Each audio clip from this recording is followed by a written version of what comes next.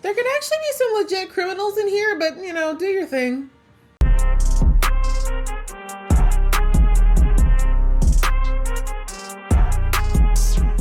Hey guys, it's your girl Aisha, aka Geek XX Chic, and we are back with another reaction to Arcane Season 2. We're now into episode 4, going into the second act, which is called Paint the Town Blue.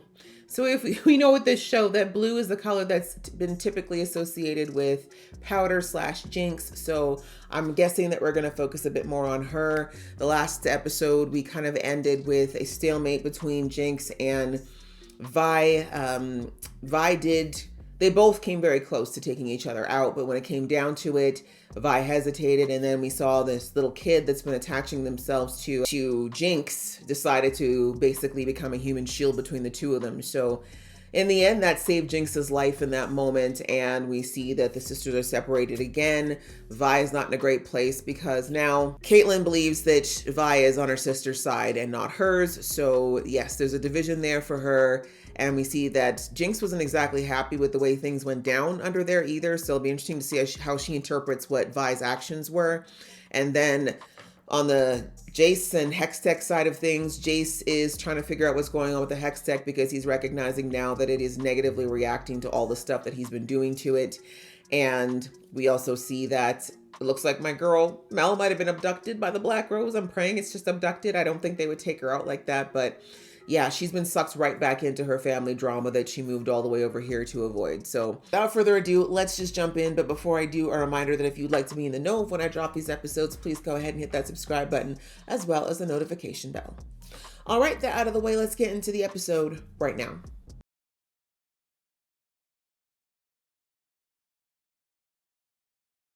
It's turning into, look at that, a police state in Zaun now.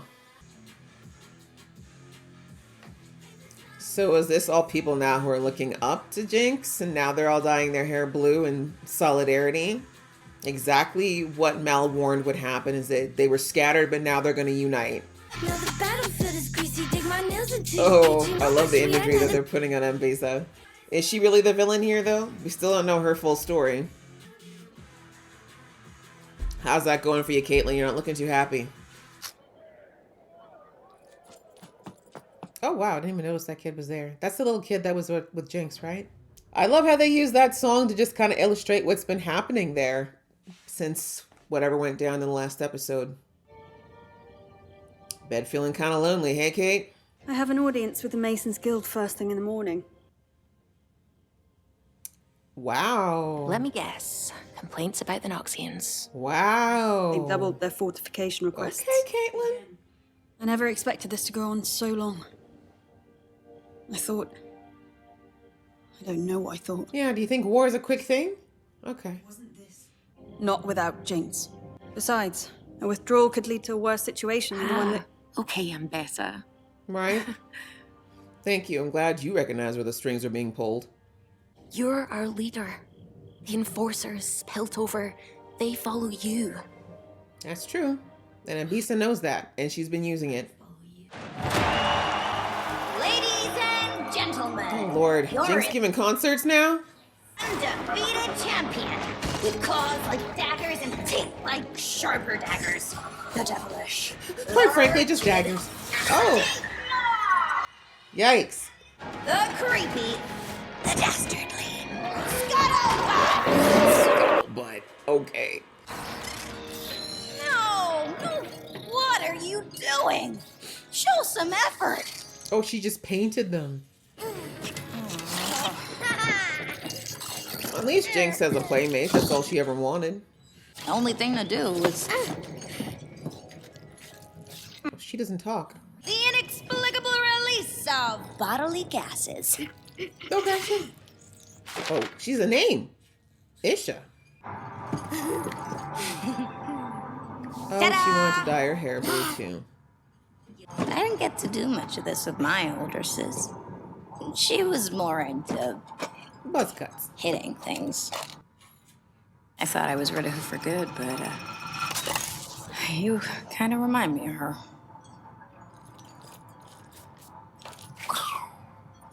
Guess they locked in now. Jinx is dead.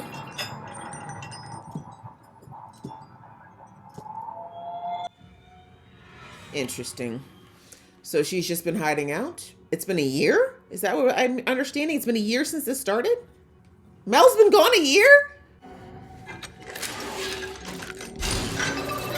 Why is this being touched and why isn't it Jace? Is it just me or is Ambisa's hair gone gray? What? I was gonna say, why are you still in there? But I guess Ambisa's scarier than that too. Bye, go man.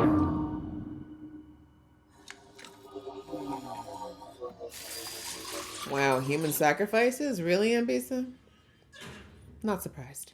In a city teeming with brilliant inventors, have we managed to unearth such unrelenting incompetence?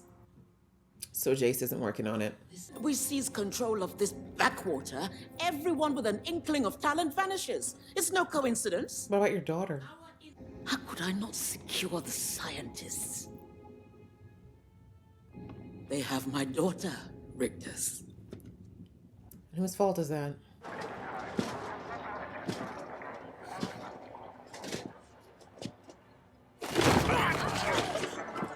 Damn, you're not even allowed to give somebody a side eye? Damn! Wasn't wrong, though. She is not your champion. She hides while you suffer, and yet you refuse to hand her over.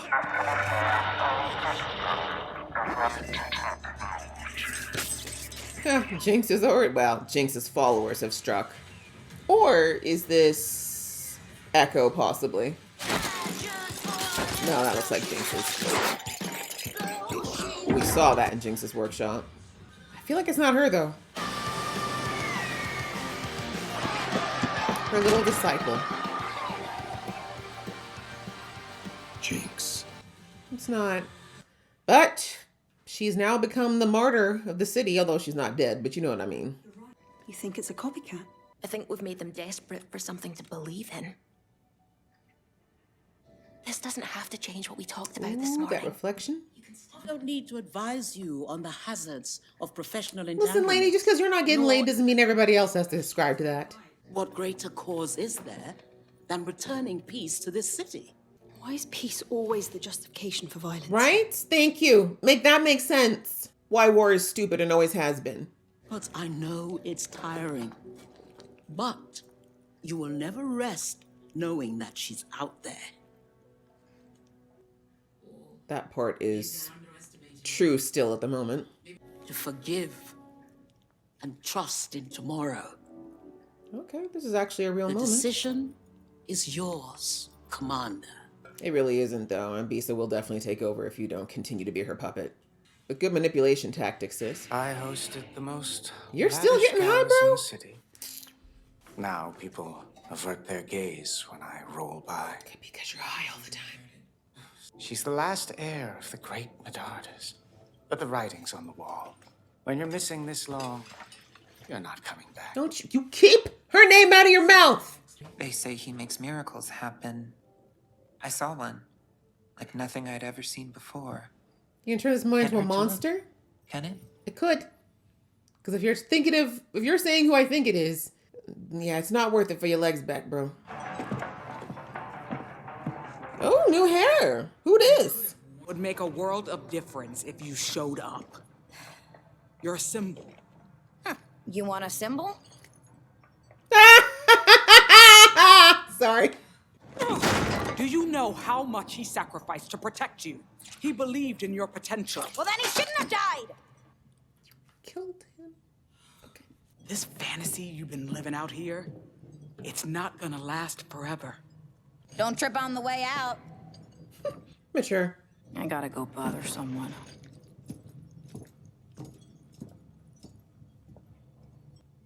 Also, how do they find out her name if she doesn't talk? I mean, maybe she wrote it. I'm just saying, I don't know. I know Savika's right, and I probably owe it to you. On account of the murdering and all. But Are you talking to the spirit of Silka? I guess you're really gone. And there's no reason to stay here anymore.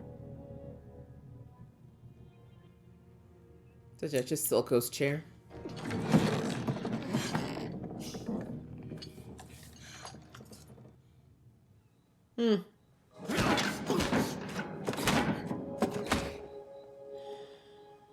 This is not the way, Caitlin, and you know it.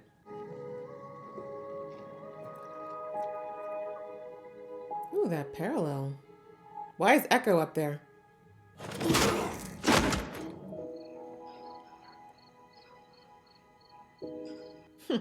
You have a nerve looking at Vander, Savika. You have a nerve.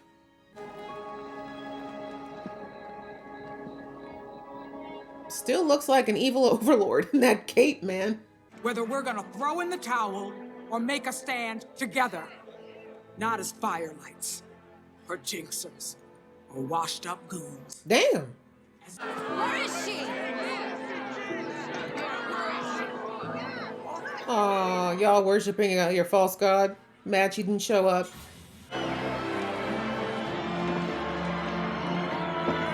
Really? That's the arm we raised? Damn, at least it wasn't your real arm. This is not the way. This is not. Oh, I didn't even realize Mr. Professor was there. Damn, Zangief, enough. Jesus. Little girl, what do you think you're gonna do? The way he's like, oh, this. Oh, okay. No, she's still a kid. Zangief, she's a kid. Drop the blade! I don't mess with him, please. Actually, I don't trust him. What did he do?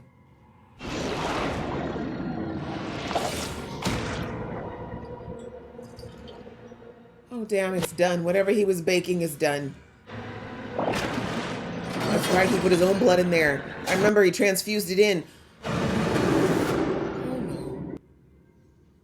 Well, things are gonna get messier. Topside raided the place. Took everyone.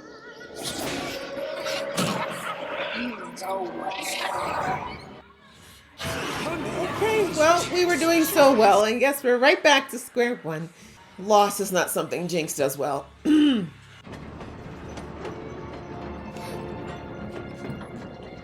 the doctor still bleeding like crazy? I'll tell you a secret. We won't be staying long. Oh yeah, because I'm going to release a monster that's probably going to mess everybody from here to God knows where up. Oh God. I mean, I'm sorry, Piltover, you asked for this. Always leaving a trail. Smart. Okay, it doesn't look like he's hurting. Okay, maybe not. Maybe he's just going to mess up Piltover. Have you prepared for this, Ambisa? I think Zangief's definitely not making it out of this act. It's me, your vile villainess, the author of your nightmares, the I like that one. dread of your... Damn! You're not gonna haul me in? Claim the prize? It's like, you've got like a few hundred impersonators. The master criminal wears pants like that. Oh! You look like a half-eaten circus tent. She's not wrong. She gonna change her pants now, though. Half-eaten. Told you. She's Refocus. definitely changing those pants.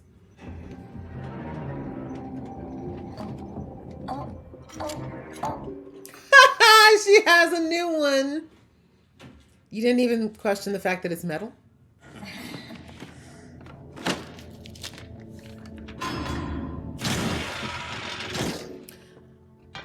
If only she'd be able to see that this is where her sister was locked up for 10 years, maybe she'd feel different, but I doubt she's gonna have time to take a look at that. Your jail's about to get royally messed up. Oh, thank God you're going up, hey? You might actually live. There could actually be some legit criminals in here, but, you know, do your thing.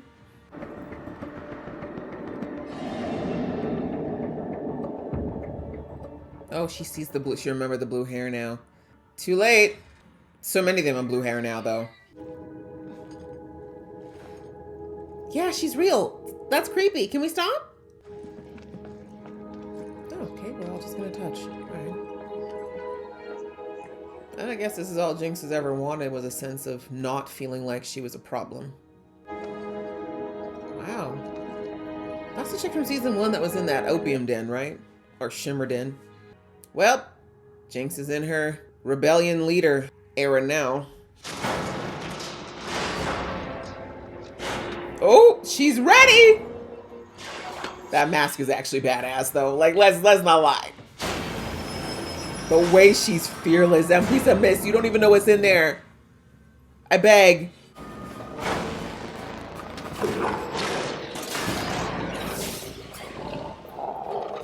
Yeah, it's not human.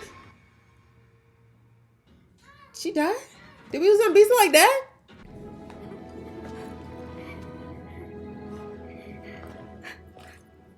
But you know what I'm hoping she's learning from this too is like what Vi had to go through to try to keep her safe now that she's the one taking care of someone. Maybe. Oh, he said nope. I want my masterpiece to come in here. Oh, it's here. I'm assuming M-Bisa could not stop it. I don't know if he's doing this for the revolution or if he's just trying to test out his new monster toy. The red mist, though.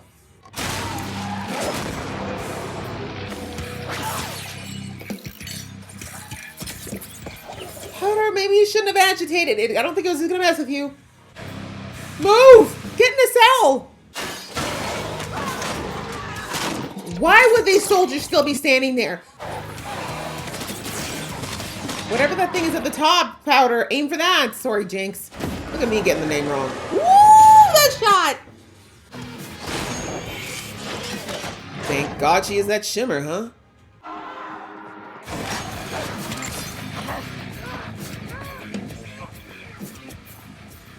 Oh no, it just ripped out of anybody.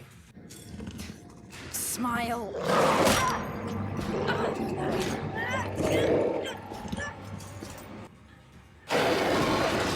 Stank breath, I can tell.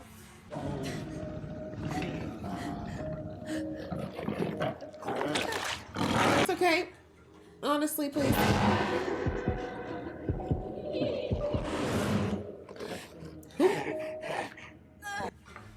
Vander? Vander? No. Warwick. That's Vander. It's gotta be. Because we never saw what happened to his body. And it was pumped full of all that shit.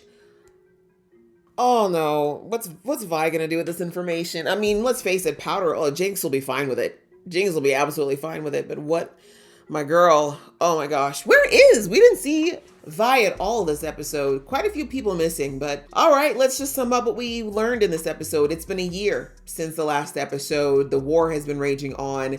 Piltover has gone forward with trying to completely suppress and oppress Zon more than they already were. They basically turned it into a military state. There are military people everywhere. They're on everyone's neck. And as we can see, it is causing a lot of unrest. It's causing a lot of civil unrest with the people, understandably. Like, things were never great to begin with, but now everyone is being treated like a criminal. It doesn't matter who they are, whether or not they knew Jinx or associated with Jinx, cared about Jinx, but we see that exactly what Mel foretold is happening. She's like, you know, right now, Zon, at least at the time, a year ago, you know, Zon was broken up into little factions, right? Everyone was kind of into their own thing or only looking out for themselves. But if you put your boot on them too hard, they're going to have a reason to unite under one banner, and you're going to turn Jinx into exactly what you don't want her to become, which is a martyr, right?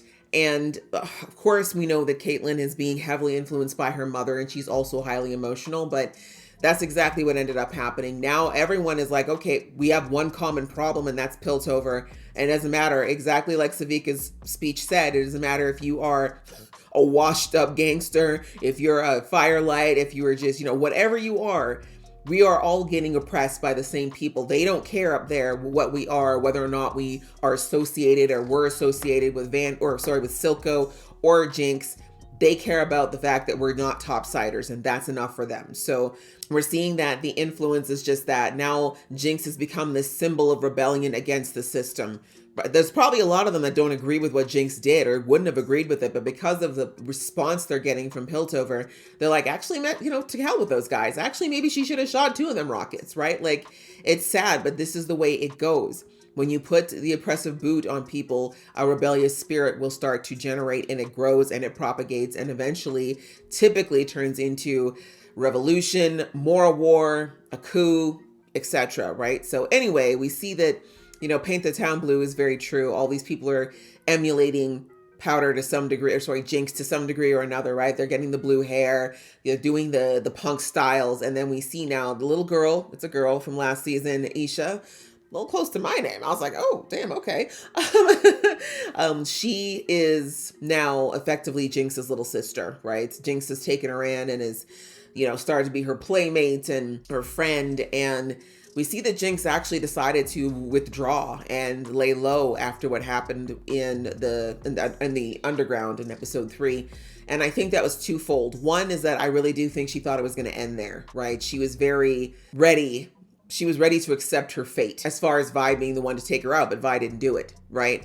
And then on top of that, everything got kicked off even worse as far as the, you know, Savika, you know, flipping the vents and everything. So I think that she just kind of wants to, because we have to remember that the baseline of Jinx's character is that she's been told since she was very young that she's unlucky, right? The breaking point for her, because she always had attachment and emotional, and I would even venture to say mental health issues, but the breaking point for her was really when Vi was the one who would tell her that she was the Jinx and that she messes everything up, and basically just, you know, just the person that she looked to the most and respected the most looked at her and basically said, you're a problem. And so I think that her retreating under the tunnels in that point was kind of her way of just being like, you know what, I don't think, as I said a couple episodes ago, I don't think that what Jinx did was malicious in the sense of her wanting to start a war. That's not what she wanted. All the things she did for Silco, she did for Silco. Not because of the cause or because of the oppression of Zahn, but because Silco, who she cared about, asked her to do it, if that makes sense. And so these things really don't mean anything to her. They haven't up until this point. She's been like, yeah, no, like I just do what I want. Like I make toys. Silco let me make my toys in peace. Silco picked me up when my sister threw me away. Like this is basically the way she's been thinking about it. And that's why when Savika was coming to her and saying, listen, these people need you. You need to make an appearance. Like you've turned into a symbol of hope. Like you need to do this. And she's been like, no, like I'm not interested. I'd rather just stay here with my new little playmate and just pretend that things are the way that I've always wanted them to be. Because I really think in another world, Jinx would have just been a little tinkerer doing her thing. And she would have had Vi there as someone that, you know, her best friend that she could talk to and rely on and all those things. Like she is still mentally that little kid that was at the explosion the night that Vander died, right? Like that's still where Jinx is for all intents and purposes. Emotionally and mentally, she's been stuck at that point. So I'm not surprised at all that she's having the time of her life with Isha, because literally she's not that far off mentally from where she is. And I'm not saying she's dumb, by the way, please don't misinterpret me. She's extremely intelligent, but people have to understand that mental and emotional maturity is not the same as intellect. They're not the same things. And I believe that Jinx is very, very smart intellectually, but she is not emotionally or mentally mature. I do think she got stunted from that trauma of her youth, and understandably so. But anyway, we see that she's just been hiding out and, you know, playing these childish games. And we see that Isha is actually to the point where she doesn't want that. She wants more. She wants what Jinx could be, right? We see that she wants to dye her hair the same. She wants to braid it the same. She has the little same tattoos painted on her arm. Like she really wants to be everything she believes Jinx to be. And it's like Jinx is some of those things, but of course she's too young to recognize that Jinx is also highly problematic. But anyways, at this point in time, you know, Isha, just like Savika, wants her to go out and to give the people hope, because Isha, like everybody else, is feeling the constant fear and the anger and the grief and all the other things that all the Zahnites are feeling under this oppression that's been going on for far too long. And so she just thinks at this point that Jinx is the key to potentially turning some of that around, or at least uniting Zahn enough to push back against the oppression. And so we see at first that she's not going to do it. She refuses to do it.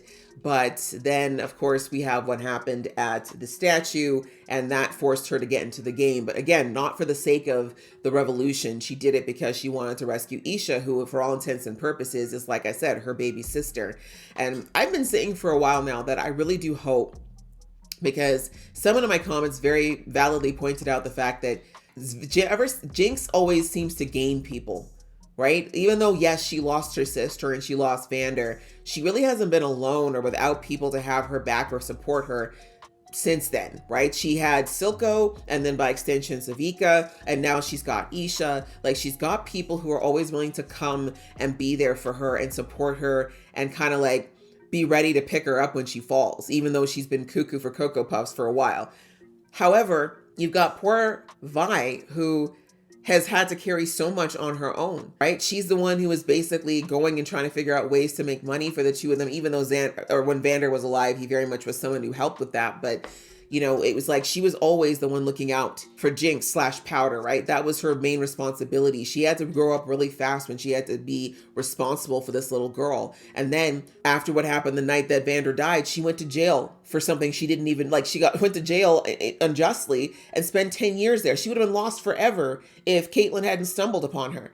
And she had to make it. Imagine being thrown in jail when she would have been like, what, maybe 13, 14 years old? And having to make your way through in a prison full of actual hardened criminals. She had to do all that, had nobody, not a single person. She gets out, she finally starts to meet, you know, she meets Caitlyn, they bond to a degree. She looks for her sister, finds that her sister is not at all the person she thought she was, and that the two of them have gotten so diametrically opposite as far as what they consider to be right and wrong, that she's not even sure she has a sister anymore. And then she finally starts to build a relationship with Caitlyn, and then that is now strenuous and torn because Caitlyn and her sister are mortal enemies, right? So it's like poor Vi keeps losing people, and Jinx just keeps getting people thrown at her no matter what she does. And it's so sad because no one takes care of Vi, I guess is my point. Who looks out for Vi? No one looks out for Vi. Vi's had to look out for herself. And it's like every time she gets someone she might be able to have her back, they disappear. And it's just really sad. But anyway, coming back, I'm hoping that now that Jinx has someone that she cares about who's smaller and younger, and, you know, we heard her reference the fact that, you know, oh, I didn't get to do this with my older sister. We're doing things that, you know, sisters should do.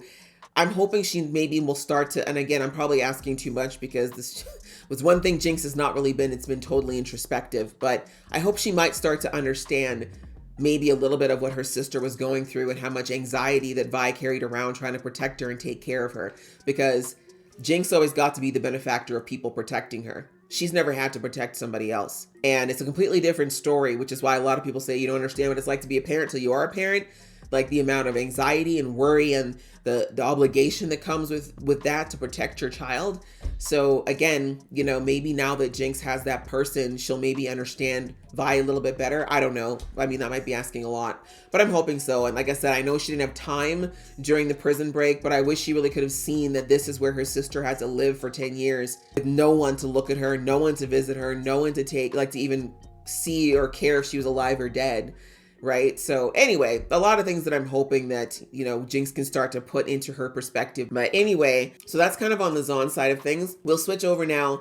In Piltover, we see that Caitlyn is struggling, I guess one could say, with her decision to pursue this military path.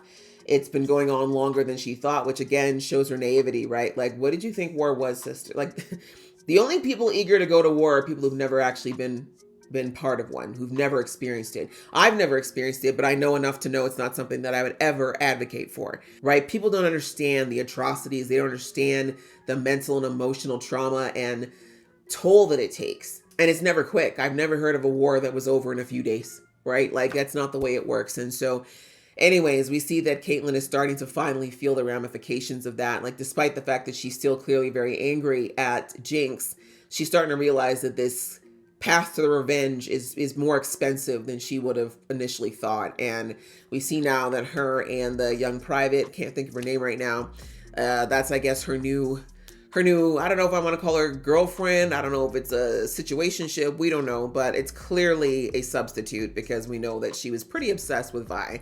But that's telling me that Vi is gone, right? Like, she left Vi down there in that sewer, and I guess they just considered it over from that point. And anyways, we see that her new plaything there is like, you know, you can call this off. And I like that she also brought out to Caitlyn, like, I know that you're not the one who's actually pulling these strings. I know it's Ambessa that's saying all this stuff, but you don't have to listen.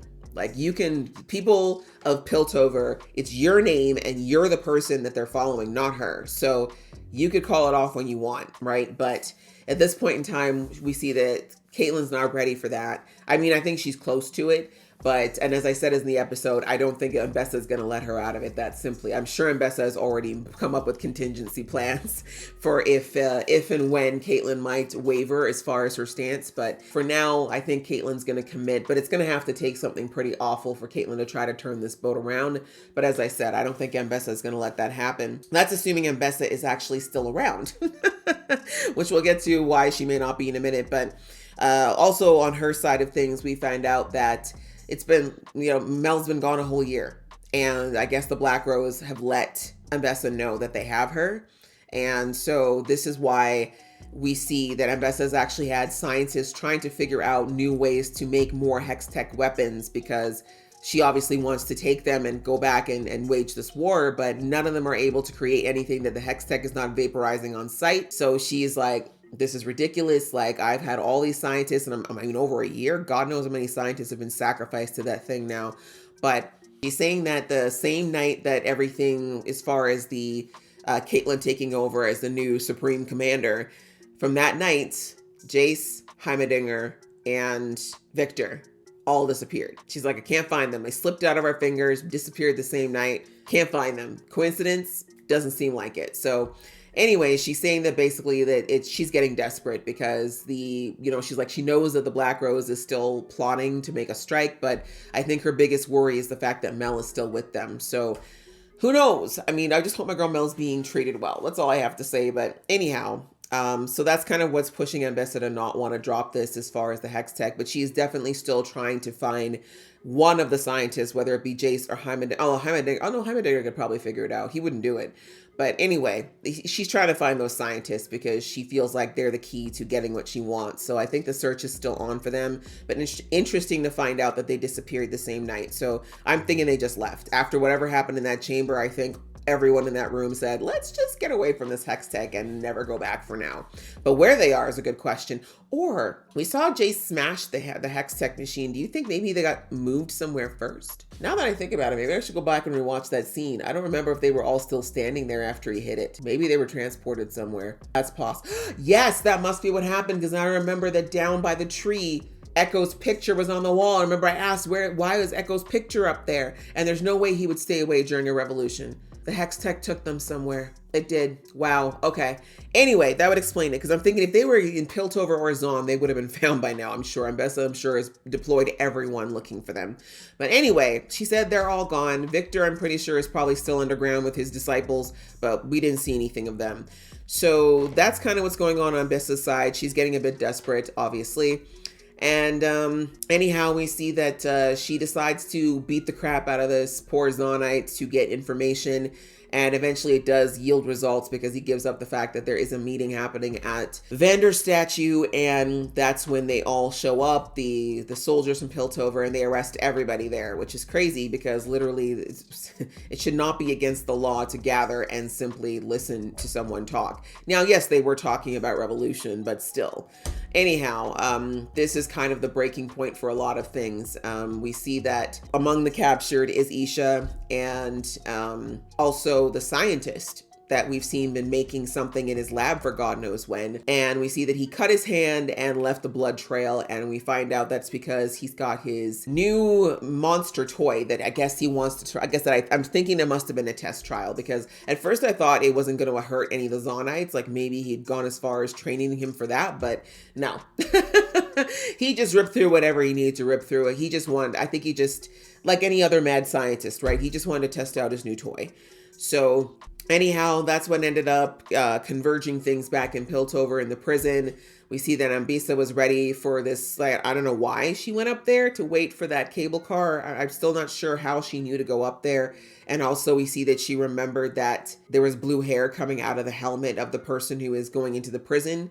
But the fact that she did nothing about that we saw is interesting. Like, why didn't she try to go back to the prison? But I think she must have sent soldiers there. I'm thinking that's the reason why the soldiers did show up. But anyway, I'm hoping she's okay. Like, Mbessa's a very cool character. I don't want to lose her this soon.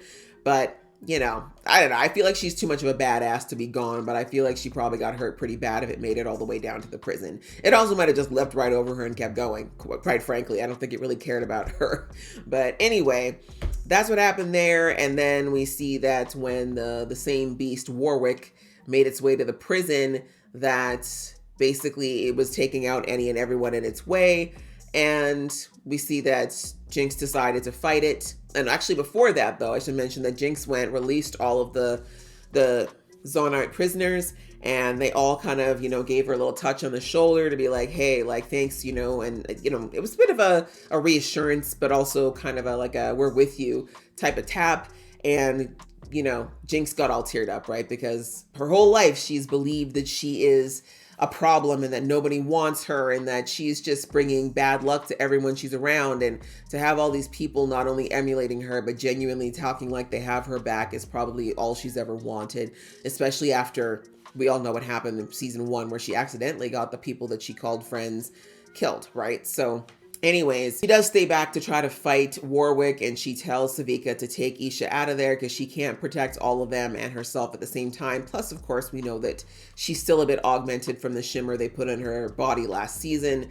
And she manages to put up a pretty decent fight, but in the end, it's a little too strong. And we see she was going to do a move much like she did with Echo last season, with trying to set off a little bomby bomb before she was going out. But unfortunately, it was a little too slow for Warwick. But we see that Warwick, looking at her, got flashes of her as a child. And then we hear that, he basically says her name. So I think it's Vander. I do think it's Vander. How could it not be Vander, right? Who else would remember her at that age and care enough to stop their rampage? And we never saw what happened to Vander's body. And we know that Vander was pumped full of shit. Like, remember, he took all those injections because he tried to protect them at the last minute. And that was like an earlier batch too. So God knows. Remember the first couple batches of that shimmer stuff that the scientists made, it augmented people's bodies in really bad ways. So yeah, I don't know. I could definitely see that scientist deciding to grab Vander and go ahead and bring him back as whatever the heck this thing is. So yeah, that's where we ended it there. I don't know whether or not this thing is going to actually snap out of it enough to figure out what it is or who he really is, but it saved Jinx's life, at least, or saved her from being very, very dangerously injured. So very interesting intro to this second act. Things are not looking good overall. Even though Piltover may not be getting attacked anymore, it's got to be tense. They have to know that this rising discord coming from Zon is going to be a problem. But yeah, my biggest questions is where's Vi? Where's Vi been? Is she been in the Undercity? Has she been hanging around Piltover streets getting drunk? Like, we didn't see her at all. No mention of her at all either from Caitlin. So yeah, I'm a little curious as to where she's been hiding out. And yes, I definitely want to know the missing people: Jace, Heimerdinger, Echo, and my girl Mel. A lot of people that I'm still worried about, and I want to know what's going on. So looking forward to hopefully finding that out in the next couple of episodes. But I hope you guys enjoyed watching along with me. If you did, please show some love, and I will see you in the next one.